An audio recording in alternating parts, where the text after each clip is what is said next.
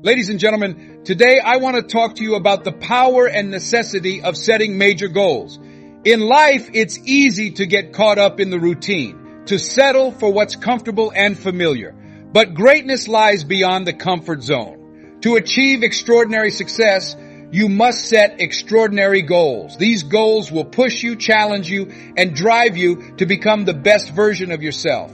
Setting major goals is not just about dreaming big. It's about having a clear vision and a concrete plan. It's about knowing what you want and going after it with unwavering determination. Today, I challenge you to think about what you truly want to achieve in life. What are your dreams, your passions, your aspirations? Lesbrown is presented by Better Life Media, the premier resource for life enhancement in America. Take a step toward greatness. I'm grateful. Hi there. What's up with you? How many of you are trying to accomplish some big goals? Please raise your hands. Excellent. You do, I'm sure of it. That's the reason you arrived. I prefer to find out if they have any objectives they'd like to accomplish. Ideally, these objectives truly warrant your best efforts and abilities. Right now, I want you to shake hands with people on your left and right. Look them in the eyes and tell them you have something special. I would like to know whether you have any ambitions. But first, I would like to ask you another question. How many of you are aware that you could accomplish more than you have thus far in life if you could live it over again? Please raise your hands. That serves as further evidence that our actions and accomplishments in life are merely the tip of the iceberg when it comes to our potential. I thus want you to consider some objectives you would like to accomplish. And if you could, please divide them into, say, 3 groups. First things first, consider a personal objective you'd like to accomplish. And I want you to consider a professional or business goal you would like to accomplish. And why don't you consider making a societal effect or a contribution with your life? Horace Mann once stated that we need to feel embarrassed of passing away before making a significant impact on humanity. We reside in the best nation on earth, in my opinion. This presents us with the chance to leave our imprint and make a difference with our lives. And I want you to significantly raise these goals as you consider them, whatever they may be. Furthermore, I want to caution you against planning how you're going to accomplish this. How come it's none of your concern? The most crucial thing is to simply significantly raise those objectives. It's not that most individuals miss their goals in life because they aim too high, I've discovered. The majority of people don't aim at all, or aim too low and miss, which leads to failure in life. Thus, set higher standards for yourself and stop wondering how you're going to do it or how you're doing. I'll never forget the moment I made the decision to pursue a career in motivational speaking. My heart told me that I could achieve that when I watched the late Dr. Norman Vincent Peale. But the thought crossed my mind. How? And for 14 years, I used to go to speakers like Jim Rohn, Zig Ziglar, and Dr. Norman Vincent Peale, and while I was in the audience, my heart would leap for joy and tell me that I could accomplish anything. That lesson is something you can do. My thoughts would then ask, how are you going to do it? As I was leaving and approaching the parking lot. And I tried to figure out how for a very long time. I lost 14 years of my life. How many of you have ever put things off? Please raise your hands. Indeed, as you start to consider your objectives, remember that the most crucial thing is to commit to them. Make a note of this. You see, as soon as you give it your all, the how and the manner will appear. You'll figure it out once you give it your all. You only need to turn around and proceed in the opposite direction if you're headed in the wrong direction. You'll work things out. You should start by simply pushing yourself. You truly don't know what you're incapable of, therefore you want to push yourself. I will always remember my first encounter with Mr. Washington. I was born in Liberty City, a rundown neighborhood in Miami, Florida. I was born on a floor with my twin brother in an abandoned building, and we were adopted at the age of 6 weeks. Additionally, I was placed back in the 4th grade after failing the 5th grade and being classified as mentally retarded and educable when I was in the 5th grade. I failed the 8th grade as well, not because of my mother, but because I am not a college graduate. And I believe that Abraham Lincoln was right when he remarked, "My mother is the source of all that I am and all that I hope to be."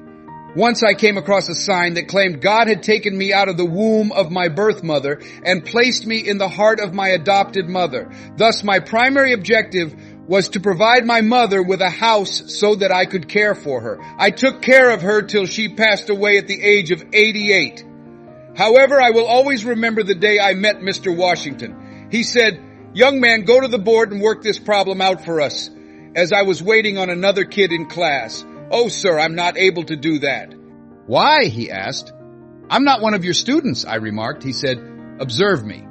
"Yes, sir," I replied. "Proceed to the board and solve the issue. Anyway, whatever." I told him, "Sir, I'm sorry, but I can't do what you're asking." "Why, sir?" he asked. "Because, sir, I am mentally retarded and educated."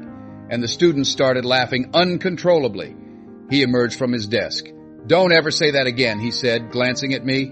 "You don't have to accept someone else's perception of you as true." And that marked a sea change in my life. It was a liberating and humiliating experience all at once, because he saw me through Goethe's eyes. And Goethe once observed, "When you look at a man for who he is, he only gets worse. However, observe him as though he were what he could be. Then he realizes his true potential." So, Mr. Washington, he challenged me, and I want to push you now to set higher standards for yourself. And I want you to stretch yourself by shaking hands with people on your right and left, looking them in the eyes and saying so. Yes, as you can see. You see, I honestly believe that in order to find your stuff, you have to push yourself. I believe that we need to start experimenting with life seriously. I also mentioned that you possess a unique quality. That's not what I said. Merely to be polite and kind. Yes, you do. As you can see, I don't think many people attend seminars, workshops, or will watch a show like this. Why? The majority of individuals, in my opinion, are content with their current situation.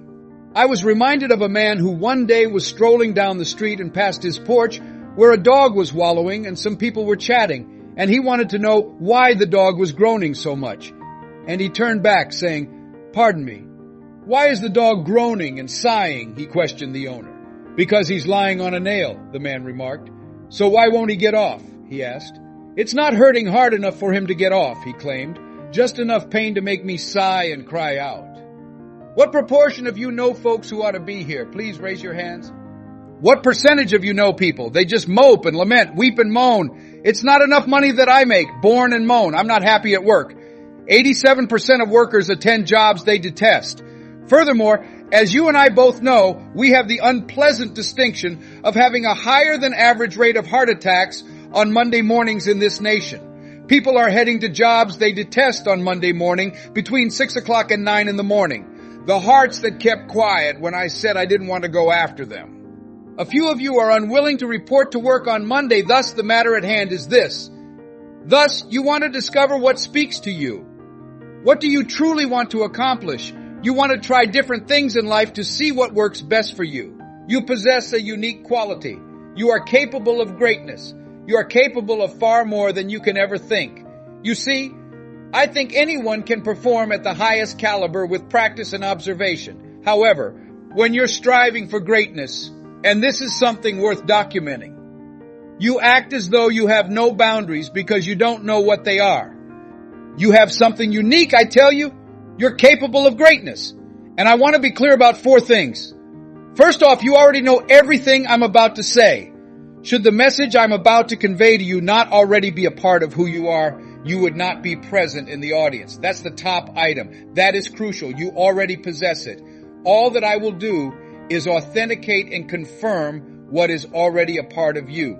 Second, everything I'm about to say has already been said by people far more qualified than me, even those with college degrees. Though not common practice, it is common sense. The third issue is that I don't want you to believe me or agree with me. Right now, I only want you to be receptive to certain things. I want you to consider options outside of what is generally accepted. And I will share with you my activities. I want to tell you what I'm going to do right now, and I want you to consider your ambitions. My main objective is to escape your thoughts. That is my entire challenge, and it is beyond your control. I'm going to carry that out. You see, your task was to be present. My task is to help you transcend beyond your thoughts and into your emotions as you reflect on the objectives you wish to accomplish. And I sincerely want to issue you with a challenge. Decide that you are going to bring that about for yourself, and I hope it's a goal that truly speaks to your essence. Purchasing groceries for our family was my only ambition as a young boy. My mom was employed at Miami Beach. She worked as a housekeeper. And being able to actually shop for groceries on my own by going to the grocery store was my goal. The families replied, "Mamie, you can take whatever food is left over after we eat to the children." Knowing that my mother had adopted 7 children, they were really thoughtful, kind, and lovely individuals. When my mother worked in Miami Beach, the folks were so gracious. I was grateful for their kindness. However, as a young child, I told my mother that one day when I grew up, I would be able to buy groceries for the family. When I was a young boy, I wanted to buy clothes for my sisters and brothers. We donned the secondhand clothing of the kids Mama used to watch while she went to Miami Beach, and she would let them out if the clothing were too small. Mama could stitch and take them up if they were too big. I will always remember David Sidursky. His dad was an extremely successful businessman. Mama was employed by him. However, since David was one of my friends, his father bought him 2 presents on his birthday, including a brand new boat. However, he also gave him a few inspirational cassettes. "I shall never forget you, Earl Nightingale. David, man, let me tell you something," he said. "You're going to inherit everything when I pass away. Please listen to these recordings." David also threw those tapes in the trash can as his father exited the room. "David, please give me those tapes," I asked. "Yes," he replied. I remarked, "Man, you can get more and do more than what your father has done if you listen to these." "Look, I'm going to get everything anyhow," he declared. "Take those, please. I am leaving nothing for my children. As I have stated, I would swallow a quarter if I felt I was about to die. Put this in writing. It's not about what you leave your kids. Rather, it's about what you leave inside of them, what you abandon in them. No, not at all. I'll tell you about another incident that I will never forget. Leslie, David sent you a new pair of shoes his father got for him," Mama said one day when she returned home. "Oh, Mama," I said, "I'm very grateful." "I am unable to wear David's shoes. Why? You tell my friend that I wear a size 9.5 then. His size is 9. Hey boys, stop up," she said. "Put on your shoes and take a seat. Margaret Ann, go grab some Vaseline," she said.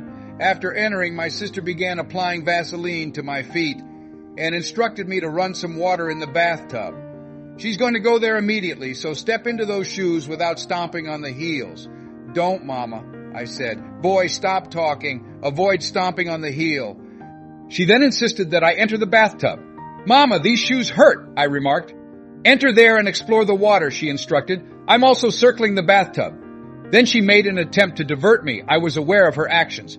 "How was your day at school?" "I performed well." "Have there been any fights?" "No, dear." "Are you aware that you had a fight?" "I only struck 3 people today, though." Then, after some time, she asked, "How are you doing?" "Well, they hurt," I said. "Do they still injure his child as much as they did before?" "No, dear." "They get some slight relief. Continue to walk. Continue to walk." The leather eventually started to stretch to a perfect 9.5 after absorbing the water.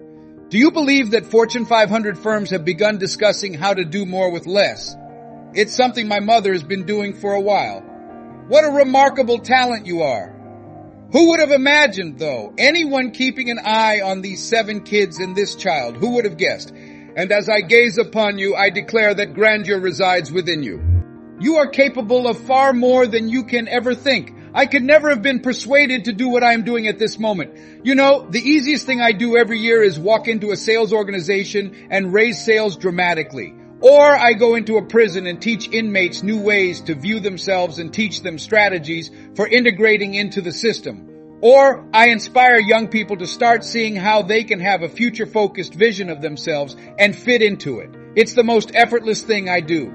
Alternatively, a speaker can be trained to assist them make the most of their experience as one by emphasizing that speaking is a projection of who they are rather than who they believe they should be, and that speaking comes with authority from a platform. The easiest thing I've ever done was that. Permit me to tell you about the hardest thing I have ever done. Believing in my ability to accomplish what I'm doing today has been the hardest thing I've ever done. Given my situation, no one could have persuaded me. Every year I made millions of dollars. I couldn't have been persuaded by anyone. I would not know either of my parents if they were to come up here right now. I couldn't have been persuaded by anyone. Being born into an abandoned building in Liberty City, a low-income neighborhood of Miami, Florida, and being classified as mentally retarded and educable. 2 school failures, no college education, and no experience working for a large company. I had no idea that I could do what I'm doing at the moment. Never forget my mentor, Mike Williams. I believe that many people fall short in life because they lack proper mentoring. They require some guidance. Please repeat that to me. Do you require any coaching at all? It's true that while you're in the frame, you can't see the picture. Mike said, Les, you can do this, as I recall. Mike, dear, how are you? Give it a minute. Mike, how much will I be able to charge? Diminished, of course, you might begin at $1,000 per hour. I'm not going to make it work for 2 weeks, Mike. Mike, hurry up, Mike, man. Thank you for having faith in me. Look, Mike, I'm employed with the sanitation department in Miami. I worked as a garbage collector once. I have experience selling door to door. That was excellent.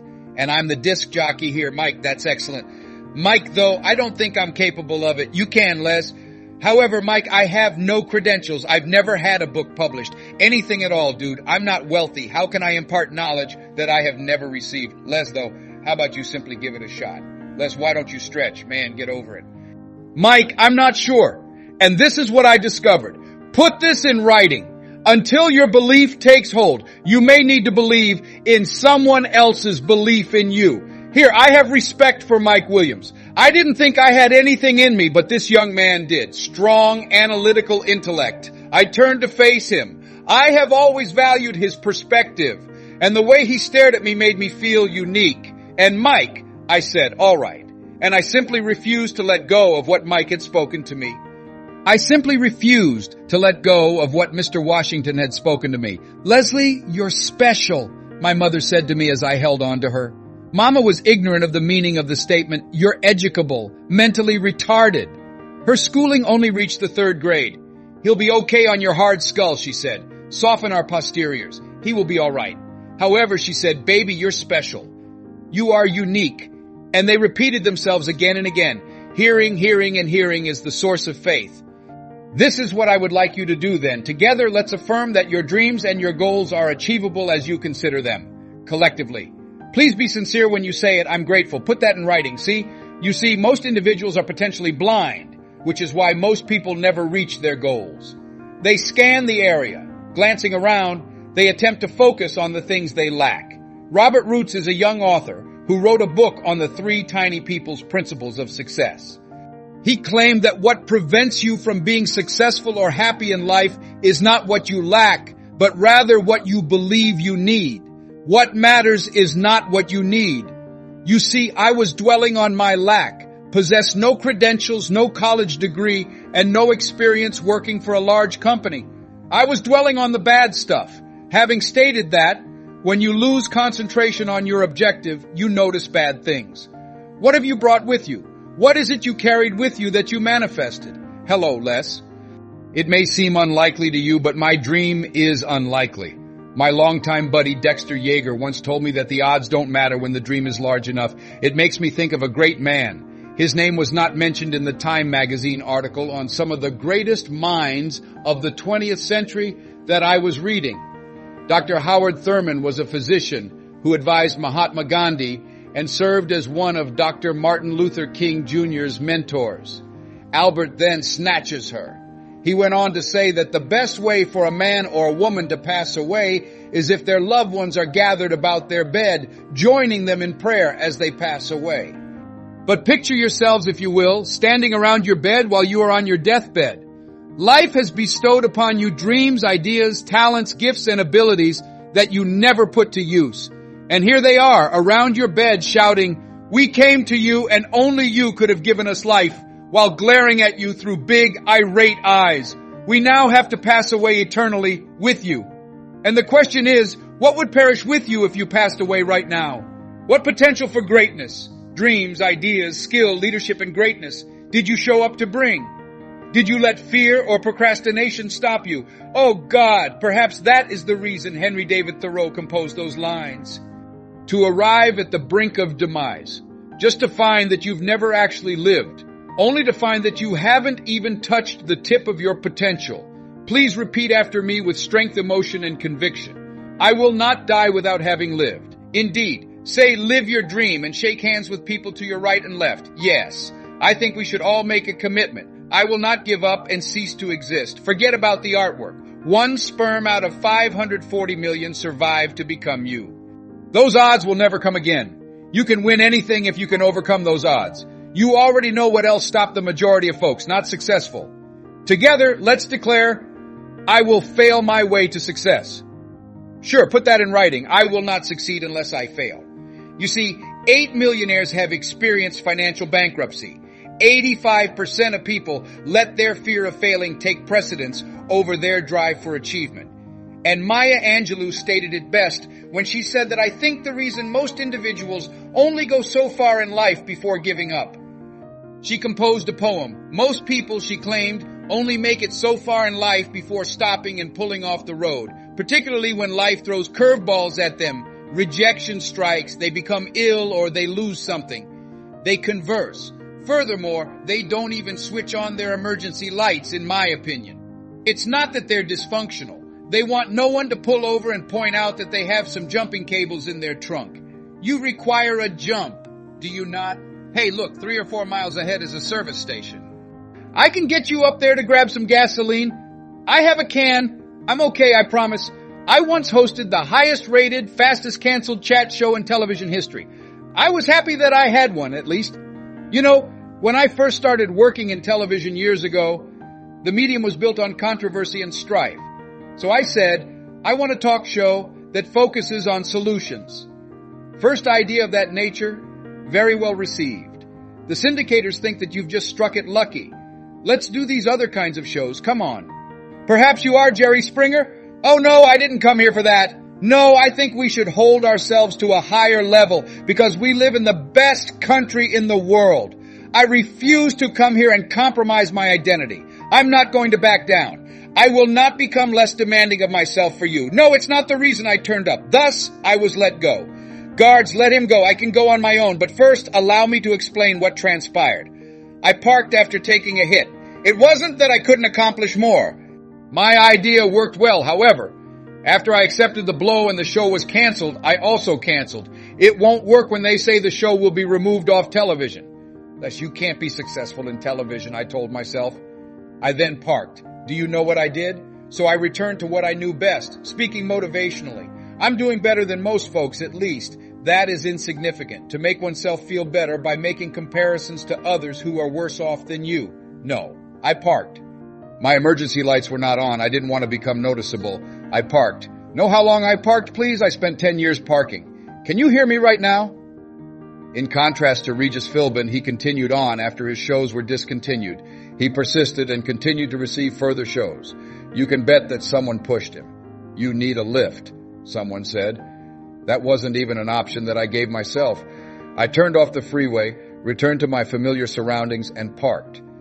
I had come to see myself as a failure, and the show had flopped. And then one day, while simply flipping through the stations on PBS, I happened to see Wayne Dyer, who happens to be my friend. Wade, we're both in our 60s, I exclaimed. Wayne continues to do it. His sparse hair is surprisingly gray. He remains there. Hey, I got some more stuff in me, I said. I'm ready for another PBS special. I have some more concepts. Oprah and Fillade performing my stuff, you know. Perhaps I should return here. When I returned and began phoning PBS and other people, they asked, Les, what happened to you? I replied, well, the show got canceled, so I wasn't sure if anyone would be interested in me. No, those are some excellent ideas. And when I replied, you would love to do a show with us, they responded, yes. And the folks I had worked with 10 years prior were still there when I entered the studio. And I asked, hey guys, are you still holding it? Let's say we've got it. Have you got it? I assert that I believe so. And I performed the act, and because I was off the roadway, I wasn't as good as I was 10 years earlier. I had left life's highway behind. I had parked for a very long time. Regaining my strength, power, and confidence is a process that requires time. I'm back in the game, though, and I'm determined to finish it off. My friends, as we conclude our time together, I want you to remember this. The size of your success is determined by the size of your goals. Don't be afraid to dream big. Don't be afraid to set goals that scare you. It's those goals that will stretch you, that will force you to grow, and that will ultimately lead you to greatness. Every major accomplishment starts with a bold goal and the courage to pursue it. As you leave here today, take the time to reflect on what you truly want to achieve. Write down your major goals, break them into manageable steps, and commit to taking action every day. Surround yourself with people who inspire you, who believe in you, and who will hold you accountable. Celebrate your progress, learn from your setbacks, and keep your eyes on the prize. Remember, the journey of 1,000 miles begins with a single step, and every step you take brings you closer to your goals. Thank you for joining me on this journey of goal setting and personal growth. Let's continue to support and encourage each other as we strive to achieve our dreams. Remember, set major goals, pursue them with passion, and never settle for less than you are capable of. The time is now. Set those major goals and watch as your life transforms in extraordinary ways. You can do it and you will do it. Remember, the journey of 1,000 miles begins with a single step, and every step you take brings you closer to your goals. Thank you for joining me on this journey of goal setting and personal growth. Let's continue to support and encourage each other as we strive to achieve our dreams. Remember, set major goals, pursue them with passion, and never settle for less than you are capable of. The time is now. Set those major goals and watch as your life transforms in extraordinary ways.